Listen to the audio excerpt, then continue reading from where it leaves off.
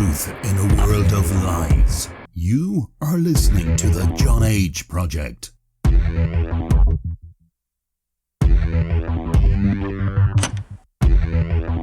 Trust no one. Trust no one. Trust no one.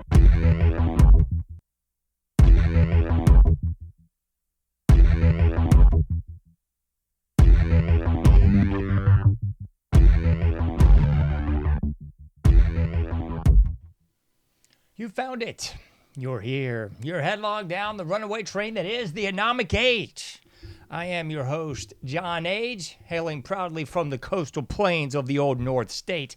I will be your tour guide this evening as we take a somewhat satirical journey down the path of murder, destruction, mayhem, and the extermination of human life on this planet. A forced march into obsolescence thrust upon us by a global satanic death cult of pedophiles. Check out anomicage.com. If you've not already done so, please like all the likes. Subscribe to all the subscriptions. PayPal.me/anomicage. Patreon.com/anomicage as well. Those are the best ways that you can help me out, that you can support this show and do anything else you might happen to do right here at anomicage.com. So a humble thank you to everyone that's still tuning in and hanging out with me here in almost the dark side of the AM. That's where I hope we're shooting for anyway today. Let's just see what in the devil we got going on here. We still, looks like we're still here, there, and everywhere, aren't we?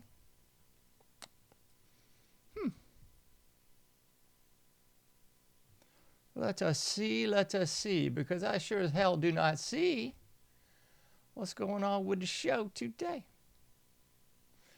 Just give me a moment here, folks. Bear with me, if you will. This sure is mighty crazy. Oh, I know what's going on here. This is the same jive mess that was going on a minute ago, isn't it? Oh, my gracious goodness. Nothing I love more, folks, than fixing things on the fly here, don't you know? That's all right. I have almost grown to enjoy it. So, while I'm fixing stuff on the fly, just talk amongst yourselves here. It's all right. I ain't worried about it. Matter of fact, I enjoy it. I enjoy fixing things right here on the fly. So, hope everyone had a lovely Thanksgiving out there. Let me see here, folks. Just check this out while I'm playing along here. Here at the Anomic Age, we know that these times of uncertainty are stressful. It is incumbent upon all of us to put our fears first and bow down to government tyranny. Gone are the days of freely leaving your home, working, and social interactions. In exchange for safety, we will trade liberty. At the Anomic Age, we understand. However, just in case you want to get off your knees and stop being a sniveling coward, check out the John Age Project at anomicage.com.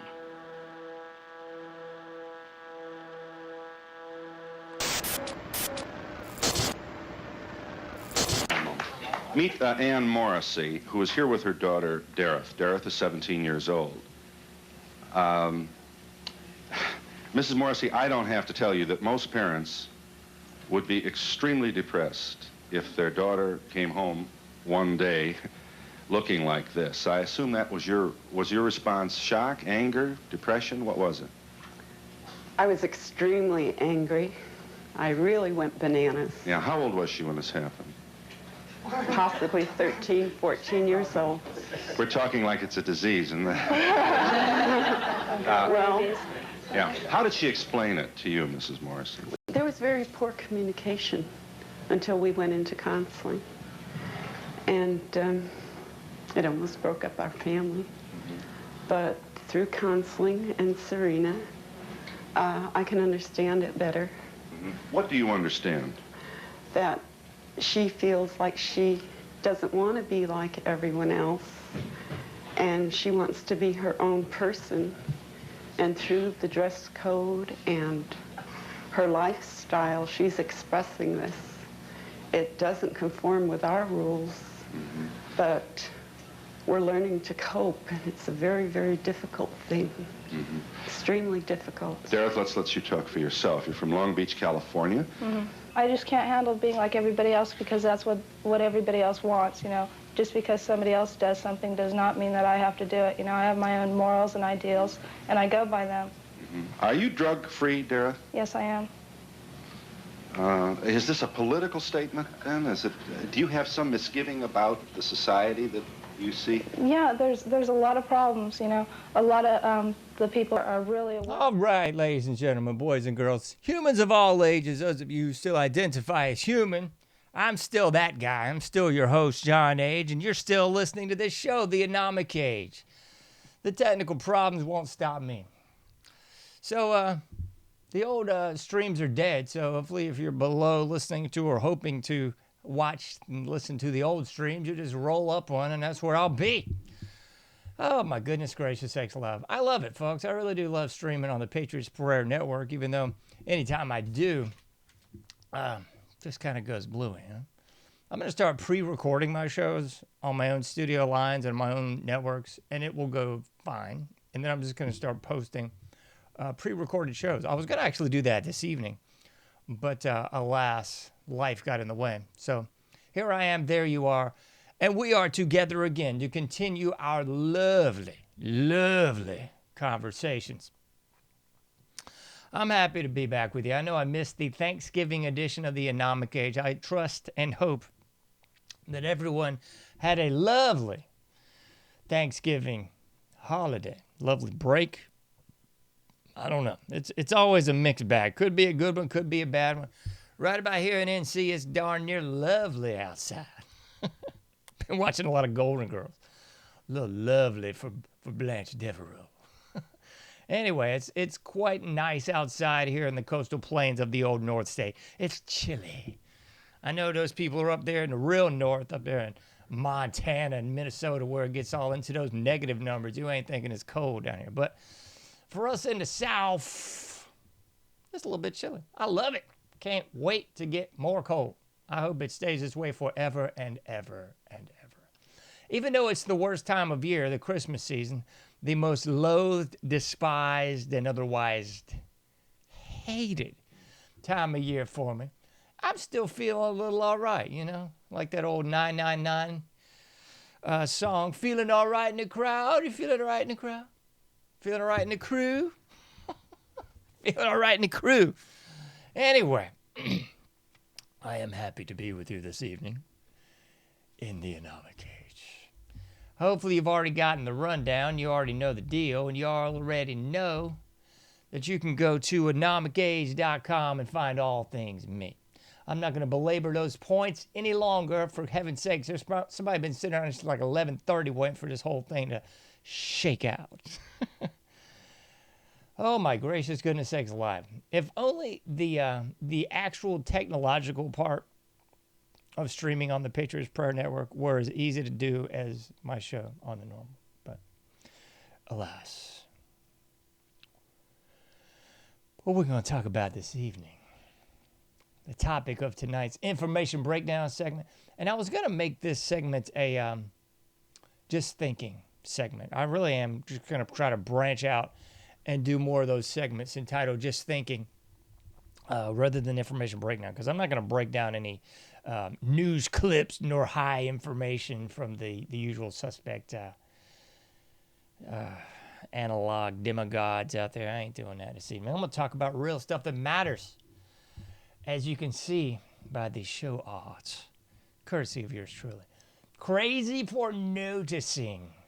Yeah, I think that's really what it boils down to, folks. There's a whole lot of crazy for noticing going on out there today. I got a little show notes for you. I don't know how well I'm going to stay on them. You know, I don't really do scripts or anything like that, but I do have a heck of a lot of notes to talk about.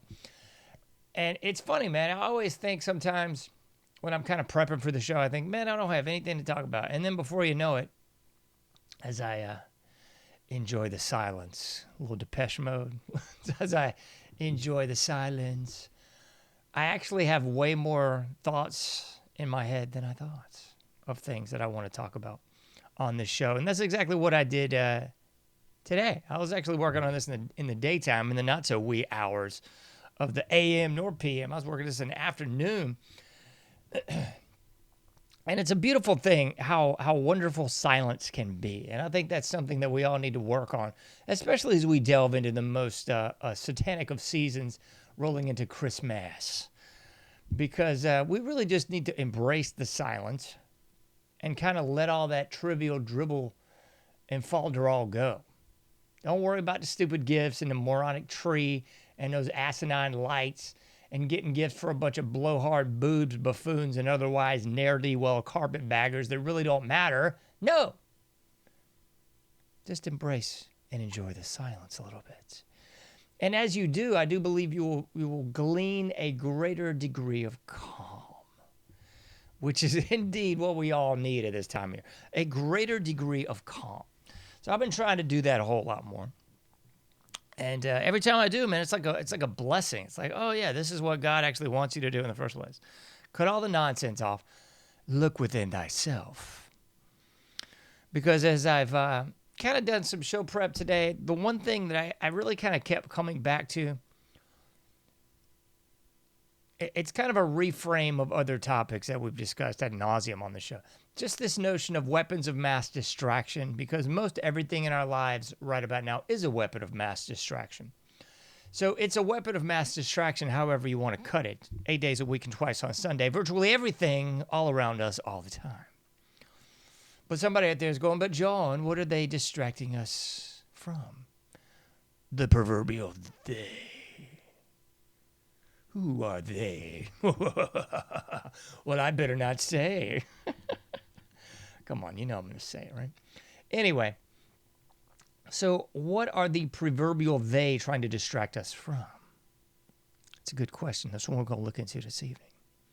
So much of what we exist in, this morass of defecation, is nothing more than a weapon of mass distraction. All the ping pong balls of news stories and celebrity deaths and celebrity falls and celebrity marriages and all. It's all just a weapon of mass distraction, folks.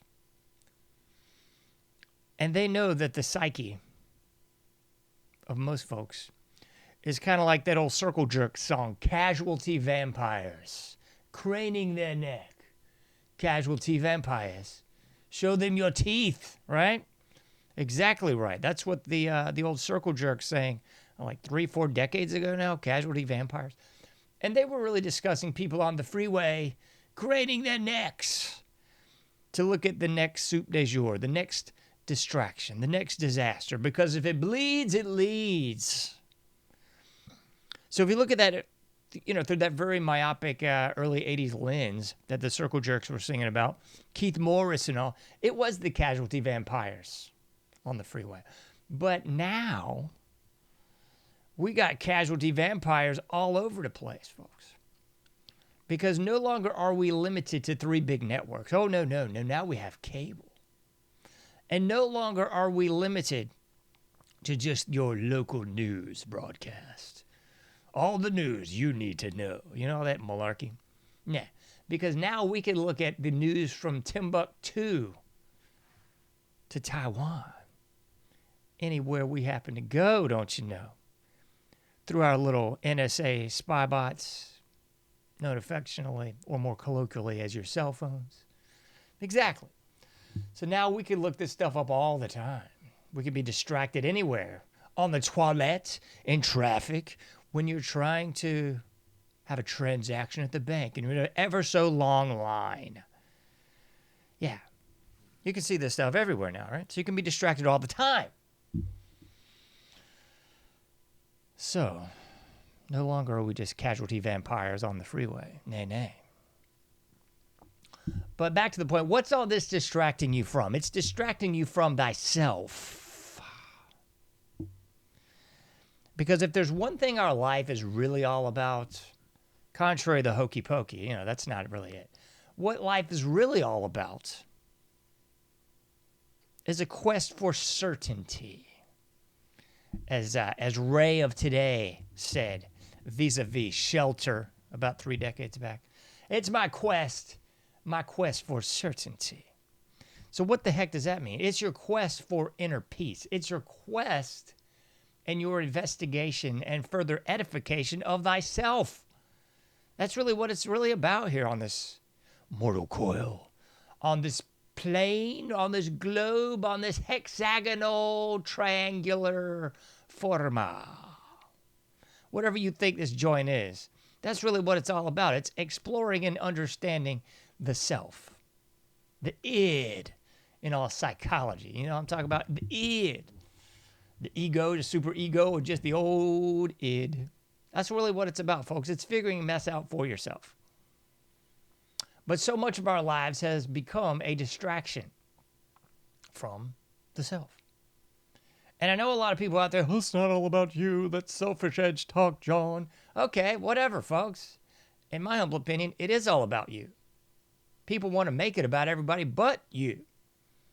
You want to make it about whatever that guy at the water cooler is doing. Oh, what's he going through? Oh, his family's splitting up. Oh, they're going to Tijuana for Christmas. Or that's how it is. Folks always want to sycophantically suck up the trash that don't have jack to do with you.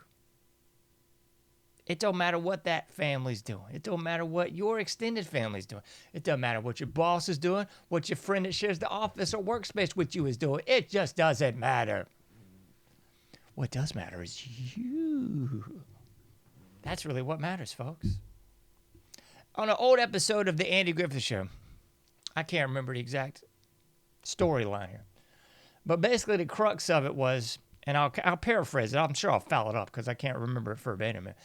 But he says basically, if you put a low price on yourself, excuse me. I think this was on Andy Griffith Show too, but I'm remembering this from Home Improvement. Been watching a lot of that. I want to do a deep dive on that because I think that's a little bit more nefarious than you might think at first glance. But I digress. In old Home Improvement, I believe it was Wilson dropping his truth bomb. If you put a low price on yourself, rest assured that the world will not raise the value. And that's so much truth that people don't want to understand, comprehend, or appreciate. So if you go around saying, oh, it's not about me, it's about them, it's about her, it's about that guy, it's about this gentleman over there, it ain't about none of that, folks. So by doing that, you're subjugating yourself. You're relegating yourself. So stop it. It's really about figuring it all out for you. That's what it's all about. That's it, folks. But if we allow ourselves to be distracted by every soup of the day, flavor of the month, so say at the Vandals, then you will perpetually and inevitably be distracted from what really matters. Because you can't focus on you if you're worried about everything else and everybody else. And yes, that does happen to also include the news, the flavor of the month news stories, the Charlie Kirk ongoing saga, Erica Kirk, who cares? What's Trump doing now? What's he not doing now? Bongino, Pam Bundy. It just goes on and on and on, folks. 9 times out of 10, there ain't a fraction of a modicum of any of that jack turkey jive that's got anything to do with you, nor will have anything to do with you.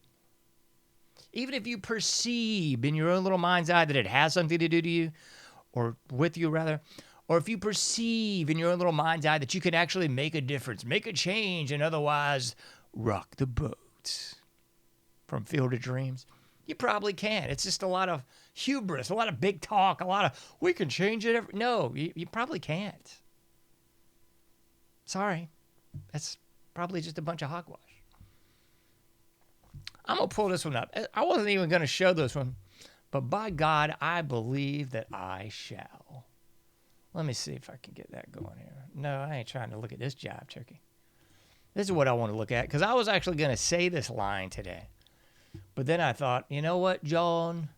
Why say the line when you could get someone else to say it for you? I've been posting this quite a bit online, Lily. And I think it's darn right funny. So, that's exactly what I'm going to do right now. Let's pull this one up, folks. Headphones. Where we at? We're going to this view. Bling. We're taking this away. Blong. And we're going to listen to little Candace. Little Candace Owens. Listen to this one. This is a short clip, and it's funny. It's so true. All right. I don't care if you don't like Candace or if you do like Candace. I think this is funny. How are American politicians able to act on behalf of a foreign nation against its own citizens and not be considered treasonous? Because everything is fake and gay. And we obviously have this whole idea in America as a meritocracy, anybody can make it, is completely fictitious. Bloodlines are ruling the world. That's kind of been my conclusion after this year. I couldn't have said it better myself, folks. I could not have said it better myself. Everything is fake and gay. That's what I've said. I've posted that at least like 5 times in the last 2 weeks. It's from that clip. I mean, I said that before too, but it's just hilarious, folks. Everything is fake and gay. Everything is fake and gay. And there are still people buying into the baloney. That's what's really funny to me. There's still people buying into, we're going to vote our way out of this. That's going to all change. What? It blows me away. But it really is fake and gay. I got this next clip. This one actually was going to show to you. Because this just goes along with how fake and gay it all is. But wait, there's more. This also shines a light on the weapons of mass distraction.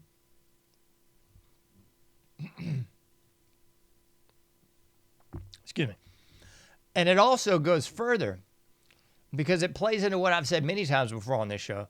All the world's a stage, and the actors upon it, you know, the old Shakespeare jive there. All the world's a stage, and the people just merely actors upon it. Yes. I think that's true of all these turkeys. The only thing I can extend to you is any bit of truth, and I don't expect you to believe it, but I've talked to several people about this quite often recently. The only thing that I actually believe anymore is the tangible things that are within my own life, my own realm of existence. Those things that I talked about in the beginning of this show, the only things that actually blipping matter, that you should actually put any self-worth and interest in. So, you know, my wife, my child, my really close family, and I'll just say friend who's also a family member. That's it. Everything else is butt kiss. Everything else might as well be just a urinating in the wind contest. Because I couldn't tell you if this is true, false, or somewhere in between. Is it white propaganda, black propaganda, or gray propaganda? I don't know. But I do know that virtually everything we see is fake and gay. So just as we've discussed so much of this weapons of mass distraction, distracting us from self, distracting us from the id, distracting us from the self-discovery, this journey that we're all supposed to be on. If that weren't enough to convince you of it, and I'm going to go through some of these topics in just a moment, but here's the one from today that is about as fake and gay as you can possibly imagine. Let's pull this one up. This is the Dan Bongino character. This is another thing that really stupefies me. These individuals that are allegedly like running something, allegedly with a heavy allegedly running something, you know, on like a grand scale, like head of the FBI or Kash Patel, Bongino, Pam Bondi, who's that other nitwit? Hexev. These are people allegedly running stuff. Like real stuff. I'm not talking about a lemonade stand or a yard sale on the weekend. Allegedly running real stuff, you know. But all of them seem to have way, way, way too much free time to just get on their own show, get on Fox, get on other people's podcasts and everything in between, and just bloviate on about their alleged importance. I don't think any of these people are running jack, folks. This is Dan Bongino today. Try to hold back the laughter. It's going to be difficult, but it's funny. This is a humiliation ritual. Virtually every element that we have to witness, listen to, and experience is a humiliation ritual in our society right now. I don't know who this is actually humiliating more, Dan Bongino or the American public. I would say both, because it's that old adage, who's the bigger fool, or the fool that follows the fool? Both. Let's check this out. This is Dan Bongino. This is real life. This isn't an AI piece. This is something that he obviously... This is Karate Man. Double leg. The jump kick. This is just nuts, isn't it? The side kick. The roundhouse. The tie kick. Body. Are you serious, folks? Are you serious? Woo. I don't know if Dan Bongino was intentionally channeling Barney Fife. Man, I should have done a split screen of this. Man, that would be so classic. I'll try to do that later. I don't know if he was intentionally channeling Barney Fife for this skit. But I swear to you, man, this is something out of Saturday Night Live, like when it was funny decades ago. This is something along the lines of David Spade in the movie Black Sheep, the follow-up to Tommy Boy, when he was like, rabbit punch, and pile driver. You remember that part in Black Sheep? It's a pretty decent movie. But I think Dan Bongino is channeling Barney Fife here. Because anybody that remembers the old Andy Griffith Show, if you remember Barn, this was on both the Andy Griffith Show and Barney also did this in the great movie, I would say, The Ghost of Mr. Chicken, early 1960s movie. But in both, he went on this little tirade, like this sort of thing. Like he was doing karate to nobody. And he was going on and on like how tough he was and what he was going to do. Like this is straight Barney Fife. This nonsense is Barney Fife, folks. This is Barney Fife. Let's play it again because I don't think people really appreciate how stupid this is. I mean, this is real, folks. This is what really... This is Karate Man. Was released. Double leg.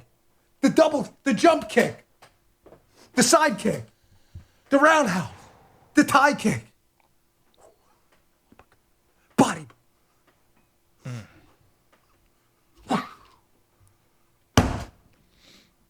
Yep.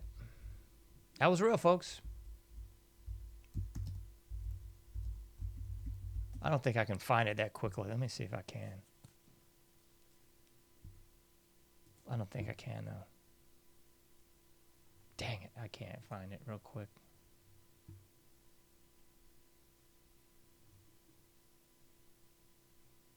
Oh, I swear, man. We'll look it up and I'll put it on something. It's just too funny. It's just too insane. Because somebody out there, I realize there's probably like a much younger demographic that thinks I'm a boomer or some sort of asinine horse. But no, I'm not, folks. Gen X. Anyway, yeah, there's some swath of the audience that has no clue who Barney Fife is and thinks this is just, I guess, Dan Bongino being real tough. But until you've really seen the Barney Fife comparisons, you will not pick up what I'm putting down here. But it's comedy. It is comedy. So this is like the head of an agency, and are you real? Like, maybe he's no. I'm gonna look it up because I hope I'm wrong. Maybe he got fired like in the last few hours, but I don't think so. Yeah, he's the director of the FBI. I'm just making sure he was not relieved of his duty in the last few hours. So this guy, Dan Bongino, is the head of the FBI. This guy that put out this asinine clip of him doing a Barney Fife impression, basically. The real funny is he didn't realize he was doing a Barney Fife impression. He thought he was being tough. That's what's so hysterical. Thought he was being tough. And this plays into one of the other humiliation rituals, and it's a cultural humiliation ritual. So try to follow me here. So you can have a humiliation ritual, like I would say a direct humiliation ritual, which if you're Dan Bongino, this is a direct humiliation ritual. And then you've got the indirect humiliation ritual. That would be the entirety of the United States. This is a humiliation ritual for all of the populace. And then I would extend it one more level out. You can have a cultural humiliation ritual where like the entire culture of the United States is now blemished with this retarded, asinine display of a Barney Fife impersonation by the supposed head of the FBI. Good grief. This is your head of the FBI doing a Barney Fife tough guy routine. And this wasn't like a slip up. This was on his own show, clearly released to the public. I mean, if I had done this, and then I came to my senses after I had done this, I would go like, yo, we're chalking this whole thing up. We're removing the video. I would go on a personal apology tour that I was mentally deranged or a special needs person for a few minutes and went into a Barney Fife ritual. That's what I would do. But of course, like he put this out thinking it was tough and cool. It's on his own show. And this is the head of the FBI. And this is perhaps one that's just me, that just really goes into the informal behavior of our entire culture now. Because,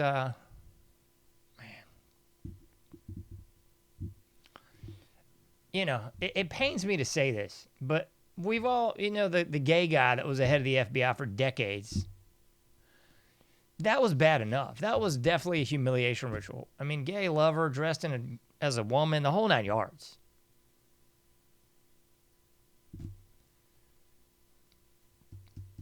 But this is another humiliation ritual. What I was trying to say is just the informal nature of our culture. So even though previous head of the FBI, he was wearing a dress, but J. Edgar Hoover. I was blanking on his first name, J. Edgar. I was remembering the Hoover part, but J. Edgar Hoover. Gay guy, wore a dress. That's him. Anyway, even though as fouled up as he was from the floor up, at least then we lived in a society of somewhat decorum. So at least J. Edgar, when he was out in public, would dress in a nice suit and at least gave the illusion of proper decorum.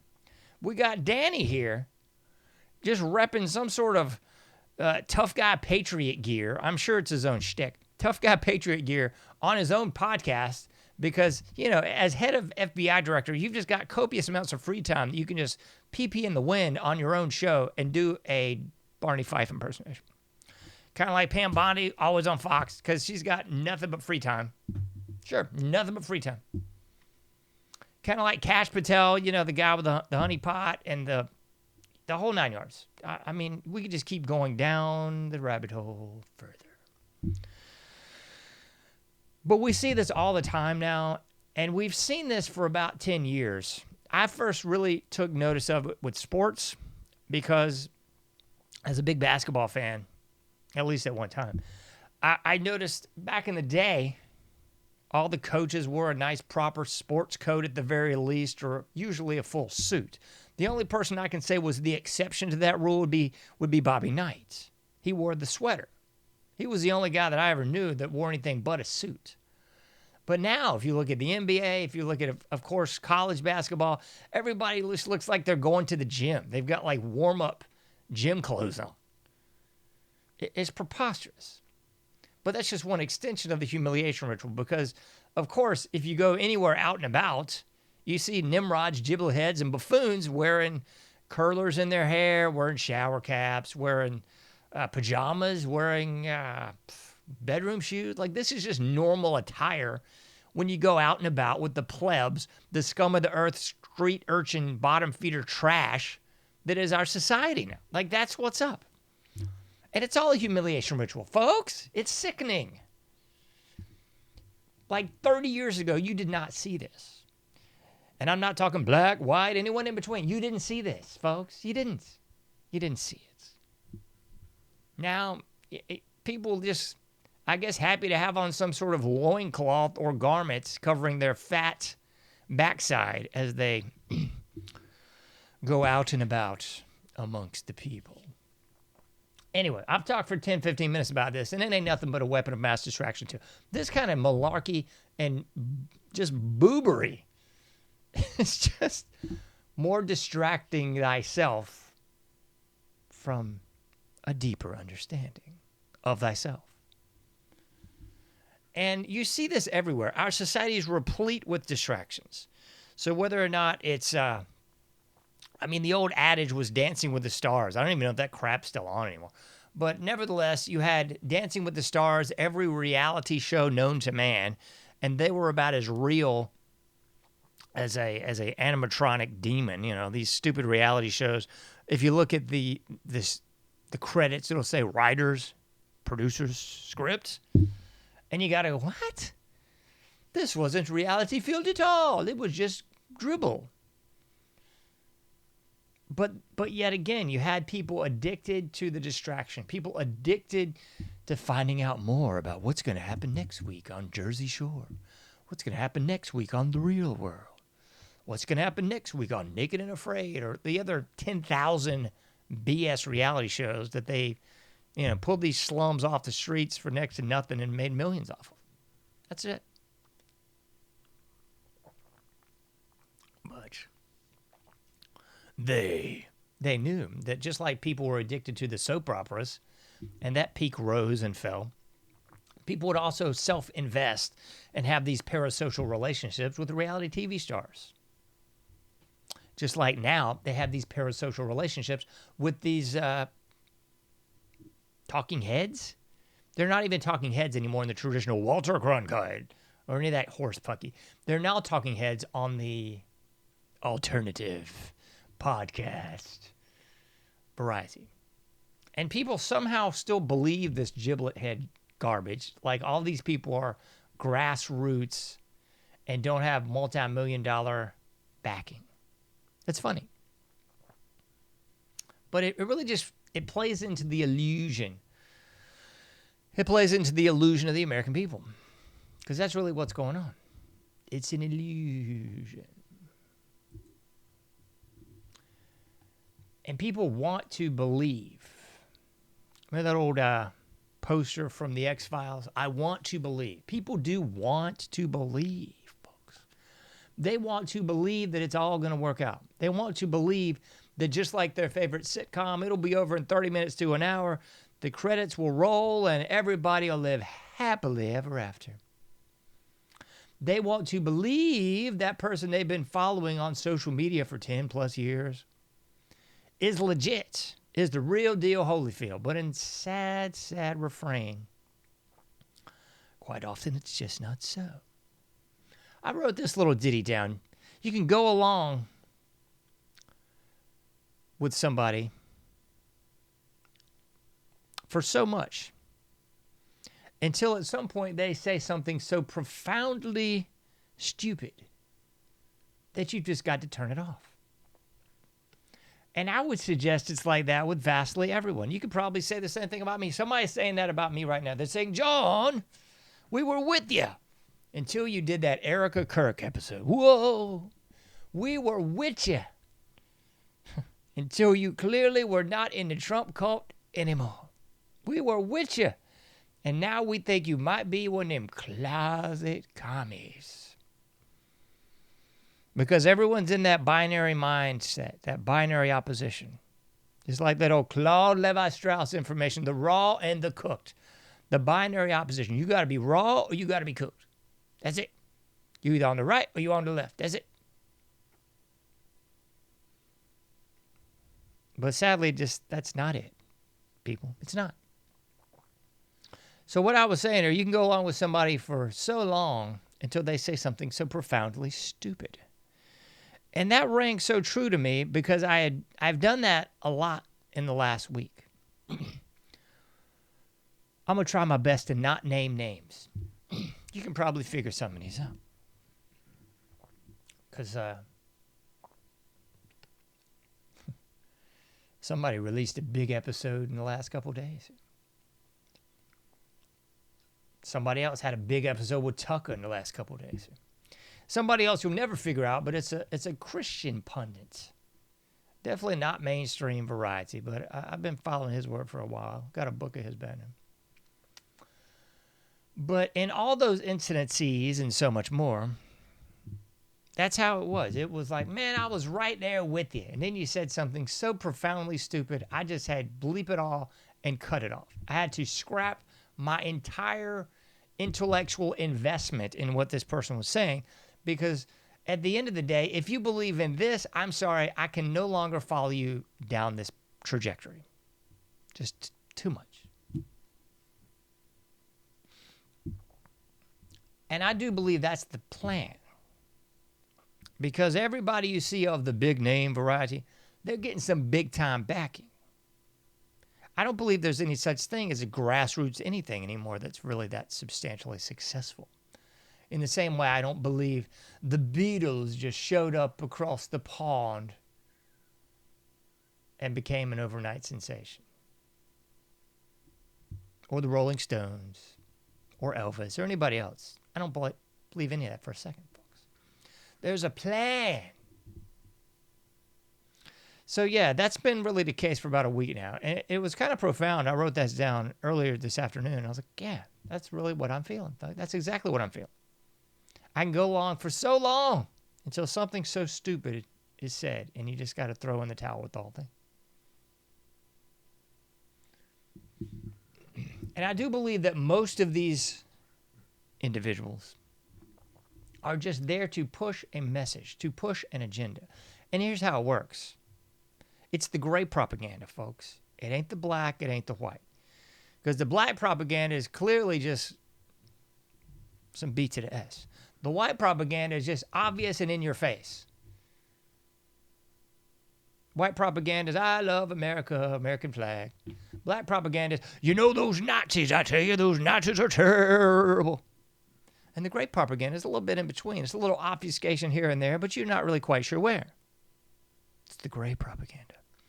And most of the big talking heads, the pundits, if you will, those influencers on the right, specifically, because why would I waste my time listening to giblet heads on the left? But on the right, abso-smurfly, it's gray propaganda. Because so much of it is just true. Oh, yeah, we are behind you. We got it. And then you don't got it. And you don't got it in such a monumental way that you just know that it's just bull butter. It's balderdash and falderall and lies. Because I'm sorry, if you are a cogent individual that is proclaiming yourself to be at least knowledgeable of current events and things really going on in the world, and you're sitting there and telling me you can't figure out a huge Israeli connection to a whole lot of shaking going on here in Los Estados Unidos, then you got to be full of prunes. If you're of the Christian variety and you're telling us all this good information, I'm right there with you. Yeah, I'm on board. Mm-hmm. And then you come out and talk about taking the vaccine. And then you come out and talk about the Omicron and all these ridiculous variants and all this mess. And you just don't come out and say, you know what? I did that, but I was a moron. No, it's like Trump. It's like Trump still coming out with the same old jive. And the stupid people still going, you know, I still love that guy. He's really a truthful person.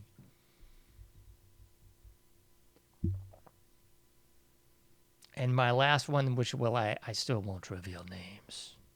Put them in the comments if you think you know. I'll tell you.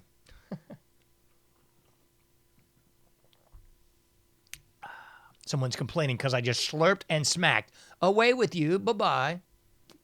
Adios, basura.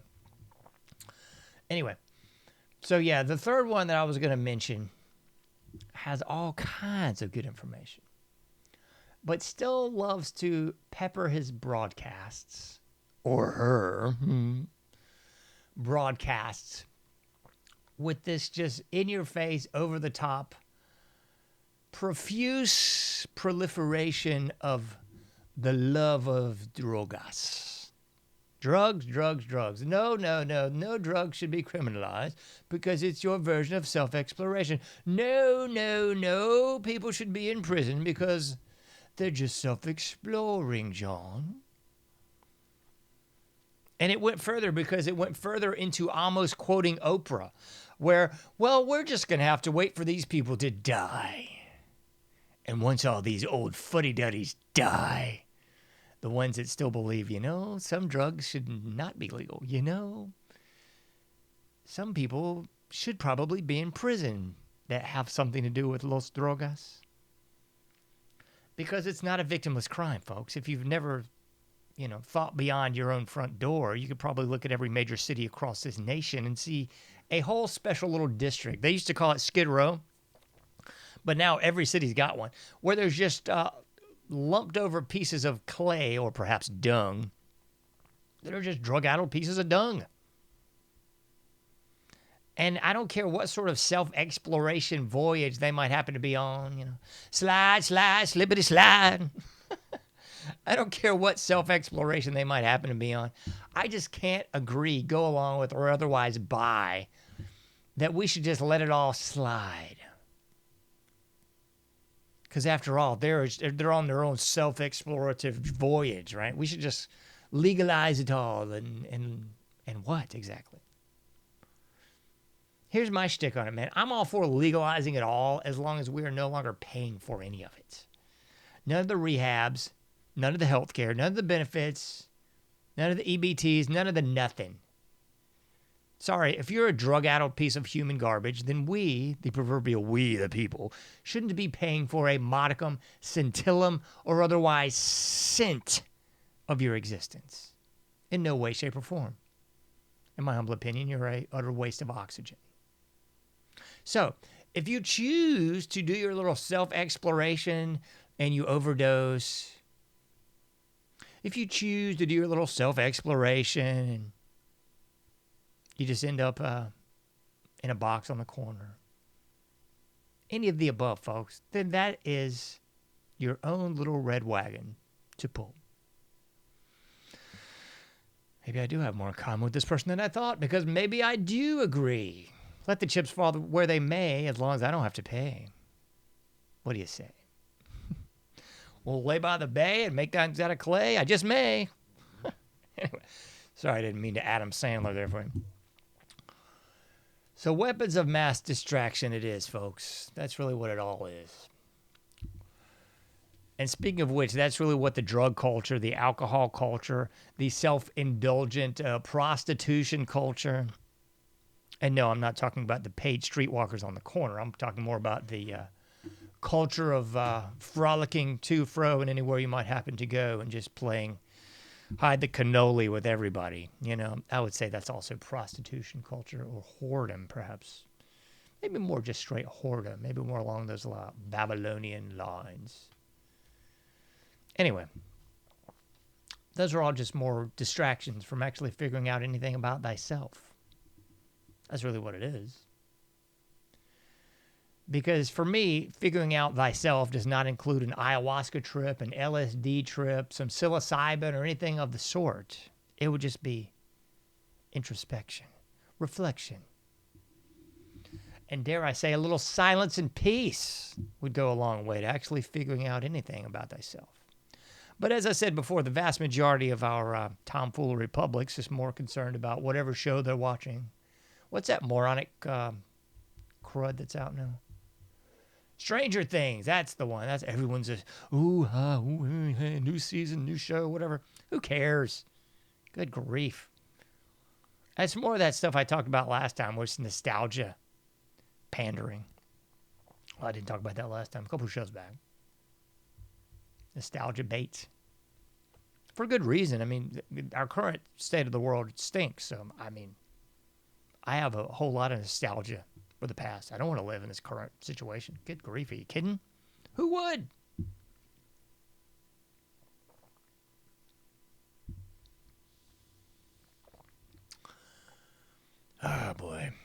Trying to decide which trajectory the show shall go at this very moment. I got holidays to talk about, but I think I'm going to do an entire show just on the holidays.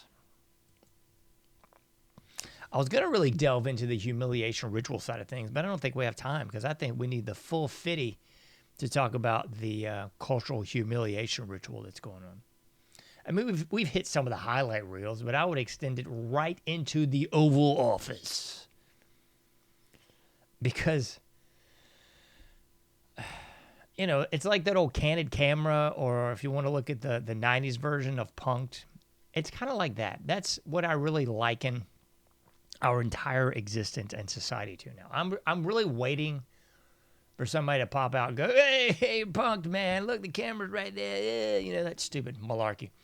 That's what I hope is going to happen every day. I'm like, man, please let this be the reveal day. Let this be the day that it is all revealed to be a colossal dung bag and a big old jokey joke. We all just have a knee slap and laugh, the credits roll, and we wake up and it's like 1985. Please, let this be the day. Man. But then again, I think I do way more self-reflection and analysis than most. I don't know. I remember having these bizarre thoughts as a kid. I believe I was in kindergarten. I might not even have been in kindergarten. But I remember pondering this, pontificating, if you will. Pink is out with a proper cup of tea. Pontification. Anyway, I was sitting around thinking. And I thought to myself as a youngster, I thought, what if this is all a dream? I can't even imagine thinking that as that young of a person now, but clearly I did. I was thinking, what if this is all a dream? Like, what if I just wake up and I'm like 2 years old in a crib or something, and this entire mess has just been one bad blipping dream. And maybe that's really what this whole thing is. I've thought a lot about that, folks.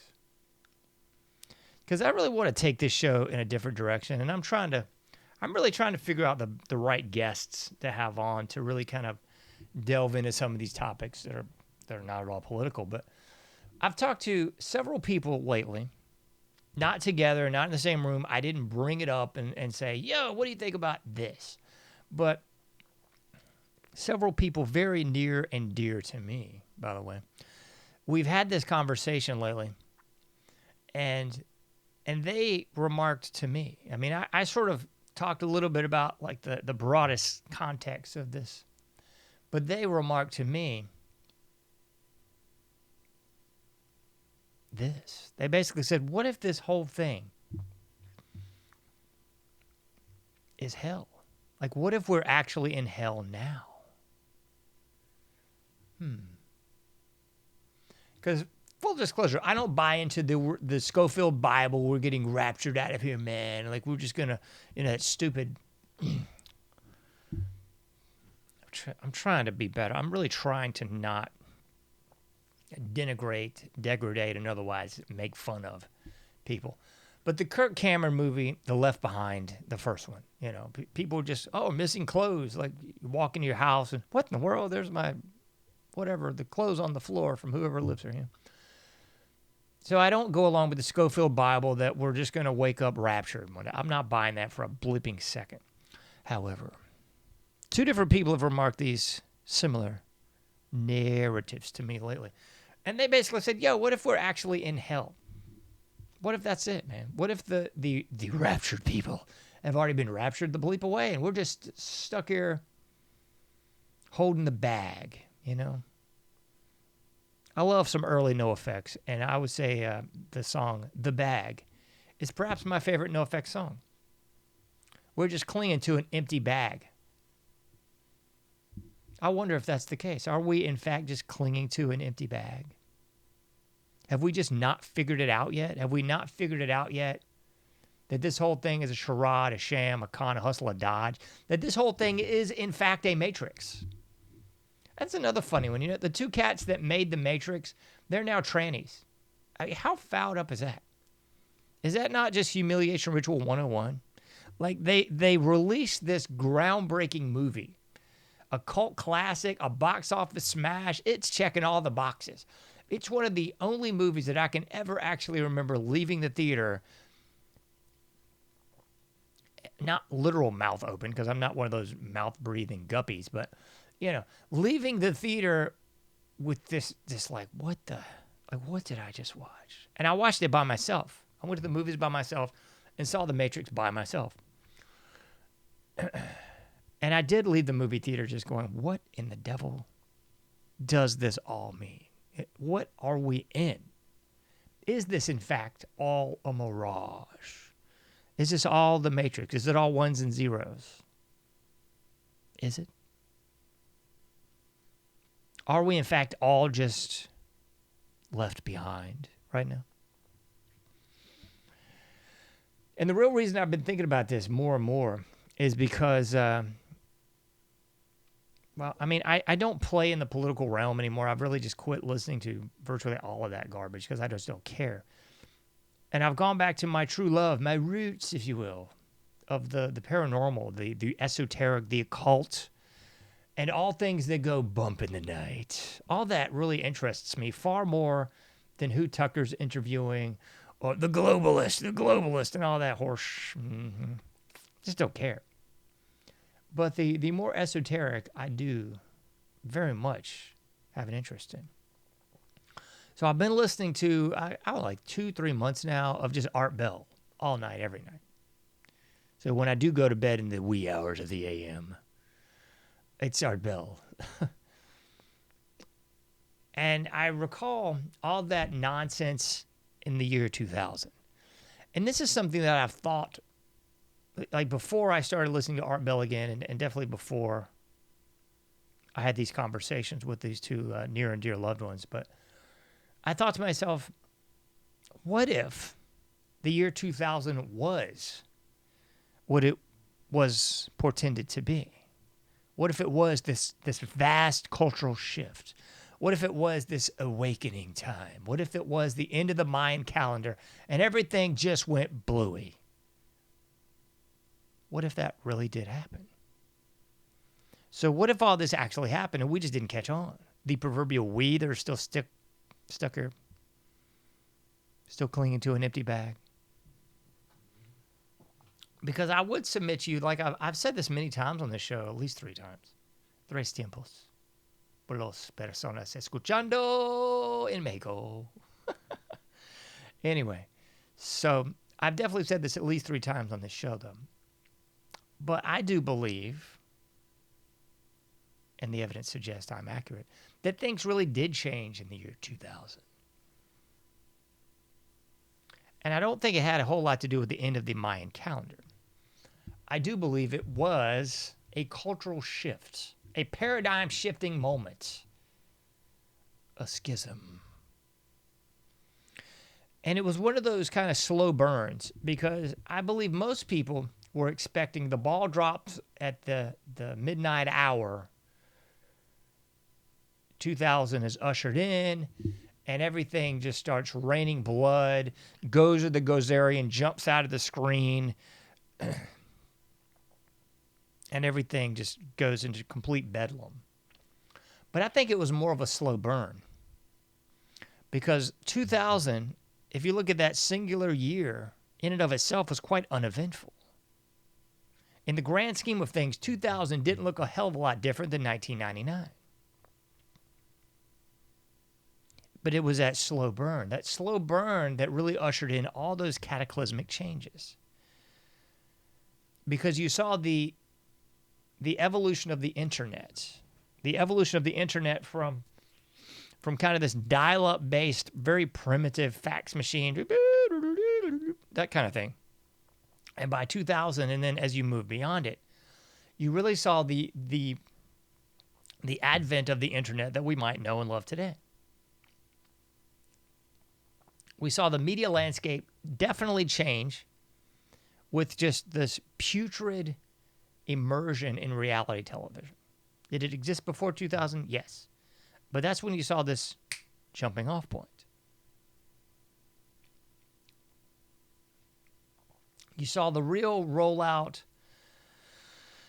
of the media landscape, and more specifically how people were consuming the media changing. It really shifted. There was like this sort of respite where you saw DVDs, and I believe that was early 2000s. DVDs were still a thing, don't get me wrong. But you saw this consumption of media shift because as people moved beyond dial-up and into more fast systems of media consumption, then you could have more readily downloadable and available media. It was no longer just limited to los discos y las cintas, the discs and tapes. And then you saw the advent of the iPhone, and it all began to change. Because then people could bring their weapon of mass distraction with them. And it was disguised, obfuscated, and otherwise occulted as a phone. But as we should know in 2025, year of our Lord, by now, it's not just a phone anymore. It's a tracking device. And perhaps more importantly, I think the phone is now a binky. It's your little binky. It's your snuggly blanket of comforts. Because you can bring your binky everywhere you happen to go. And when you're in an awkward situation, ooh, an elevator, oh no. A doctor's office waiting room, oh goodness. Or even perhaps at the workplace. All you have to do is whip out your little binky. And then you can pretend to be ever so important. Oh, let's check this message. Ooh, let's look at our email. We don't have to make eye contact with the strangers. We don't have to make casual talk with the coworkers. We don't have to make idle conversation at family functions. Nay, nay, because now our binky will save the day. So all of these things really began that slow burn in about 2000. The slow burn of destruction. That's really what it was. So that's really when we saw this huge cultural shift. So maybe the Mayan calendar was correct. Or maybe our bloodlines of our oligarchical rulers had a little something to do with it. Maybe those oligarchs, the duopoly classes, the bloodlined, chosen few. You know all the presidents are related, right? You knew that. Maybe they had, or perhaps maybe their reptilian overlords had this whole thing planned out. I mean, after all, you look at Quetzalcoatl and Kukulkan, and those various deities that came from below the earth, created the cosmos, and became the gods for the Aztec, Mayans, and Olmecs. They were reptilian, weren't they? So perhaps our reptilian overlords that we pretend to not see as they shapeshift around you and me, perhaps they, the proverbial they, were just pulling the cards out of the hat and just changed things at about 2000. Because since then, it's been a steady decline, a downward spiral. Never a Nine Inch Nails fan, but that's a pretty good synopsis of it. Downward spiral since at least 2000. Because that's when it all really changed. That's when we really showed our true colors as a culture. Maybe the same colors as Quetzalcoatl, the plumed serpent god. The colors of not caring about each other anymore. Of letting people get stabbed and lit on fire in front of us on subways, trains. The not caring and the divisive, by multiples, reality of the tribalism that we live in today. Because after all, you fully transcend the right-left paradigm, because you also have to self-identify as gay and straight and trans and cis, black, white, person of color, lesbian. You've got to self-identify as about 10 different things now. You should just be human.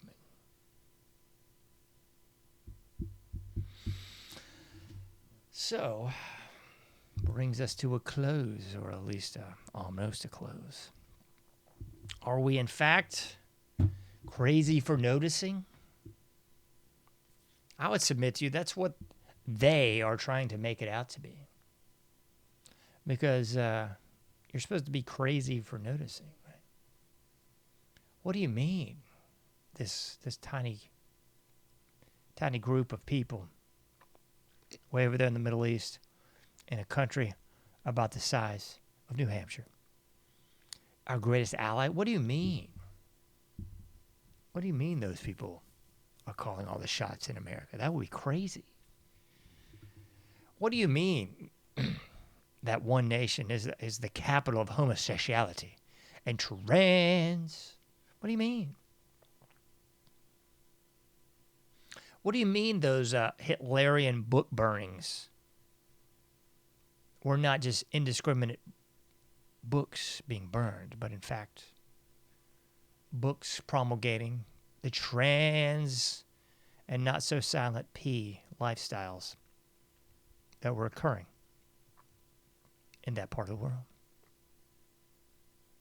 What do you mean all these assassinations are fishy? I mean, after all, the Charlie Kirk thing seems so real to me. What do you mean the table just disappeared or the chair disappeared into a table? What do you mean?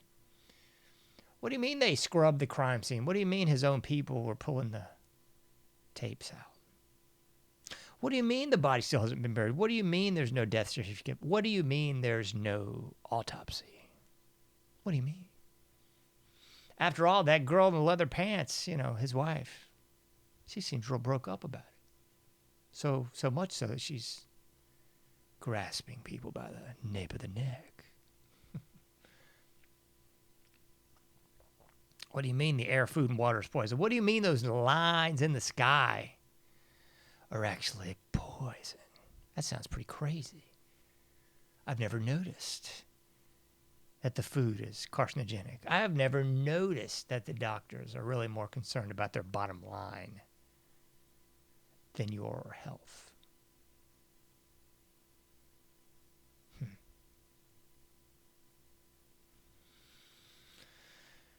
So, if you're hip to any of that, then maybe you're working on your own little self-exploration too. Maybe you're actually noticing. I don't know. Maybe you're not going to those 501c3 churches, though, because after all, Jesus talked about your body being the temple. Jesus talked about rejecting the religious heretics of the day and finding the Christ within you, the temple within yourself. Not a building, not an edifice, not a clergy, not a sanctified, codified, and sanitized for your protection priest class. You see, that's all the stuff that Jesus resisted, railed against, flipped over the tables, and actually died for. But somehow the comedic line of today is, you've still got to go to church. You still got to go visit in a building. You still have to relegate yourself below the priest class.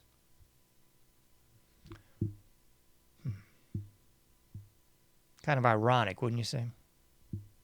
But then again, maybe I'm just crazy for noticing. Anybody out there feeling a little crazy? Anybody else feeling crazy for noticing? I don't know.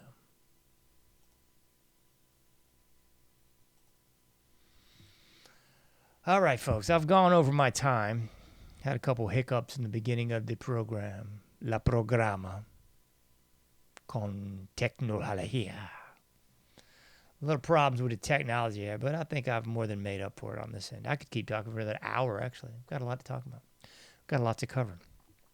My disdain and anger for the holidays, maybe I'll have to run that into the next show on Thursday. Anyway, I shan't bloviate on anymore. Thanks for sticking around with me, folks. I really do mean it. Thank you for dealing with the technological hiccups there in the very beginning of the show. Thank you. Because if this Thanksgiving taught me nothing, it's gratitude.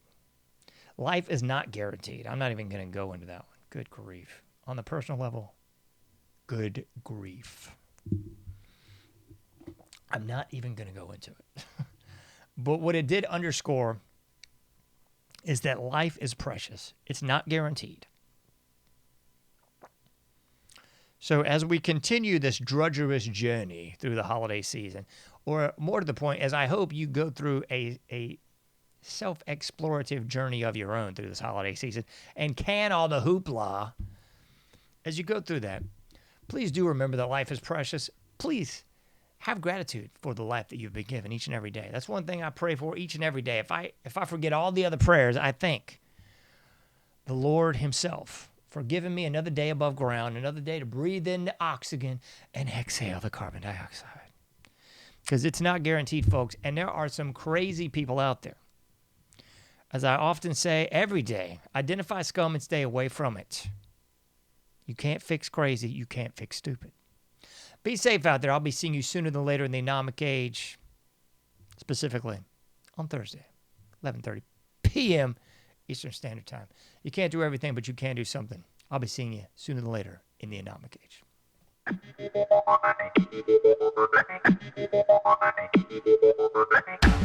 Thank you for listening to The Anomic Age, a John Age project. For past shows, further info, and to comment, go to anomicage.com. That's ANOMICAGE.com. Till next time, thank you for listening to The Anomic Age.